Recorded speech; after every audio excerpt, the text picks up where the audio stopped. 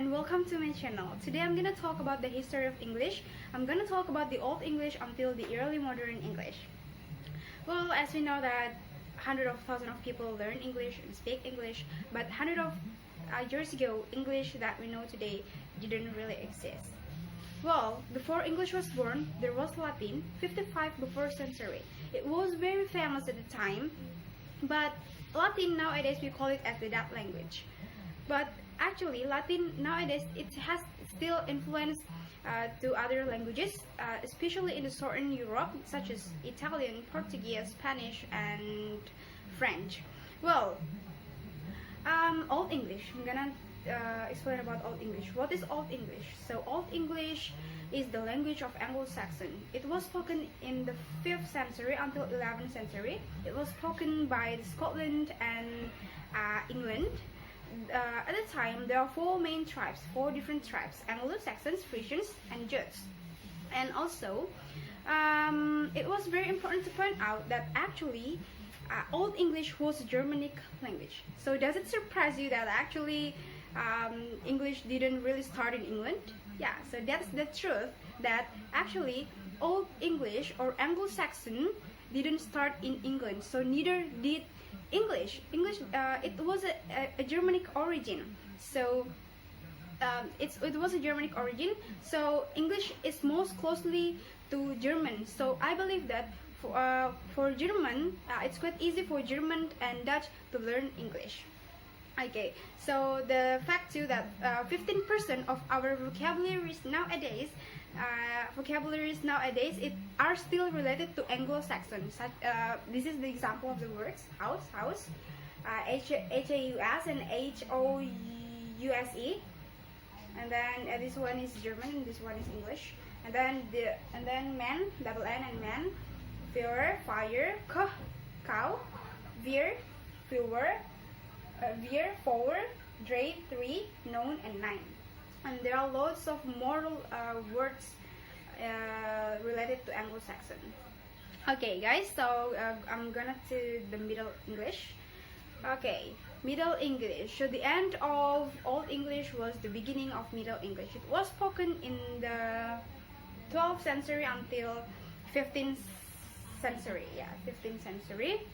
At the time, English was more comprehensible, and at the time too, Anglo-Saxon was conquered by the Norman of William of Normandy. So at the time, you may see here, poor Anglo-Saxon and powerful Anglo-Norman. So at the time, poor Anglo-Saxon was used to average people or lower classes, while the Anglo-Norman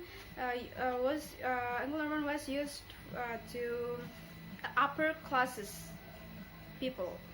Okay, and then also about the literature, it was about the religions and love, the literature. And at the time, books was very expensive, and most writers lived in London because London was the capital, Norman's capital city. So lots of people migrated to London at the time, London. And also, yeah, those two languages, the Anglo-Saxon and Anglo-Norman blended together and performed Middle English in this century. And also French. Yeah, French words permanently became a part of the English language at the time. So Anglo-Saxon is Germanic and Anglo-Norman is French. Okay, so yeah, in here we can see the difference of the words. So the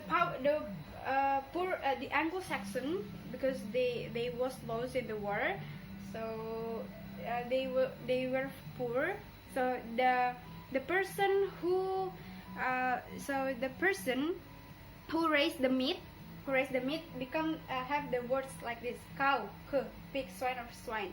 But the person who has the money to buy the meat become this is the example of the words: beef, like beef, both, pork, and pork. So it has influence to their languages at the time. So this is it for Anglo-Saxon and powerful Anglo-Norman. Well, it's time to explain about the early modern English. It was spoken in the 1500s until 1800s. Well, about Shakespeare. Well, Shakespeare was very happening at the time. He brings lots of new words and phrases. And also, finally, the books were available. Finally available at a time when actually before this period books were very expensive. And also about the Bible is widely discussed and read in this period. The first translation of the Bible is King James versions, and new phrases are added to this language. And also because the English began to colonize other lands such as Australia and America, lots of new phrases and new words added to this language. So that's all about the history of English. So correct me if I'm wrong by giving me a comment down below. Thank you so much for watching. Assalamualaikum warahmatullahi wabarakatuh.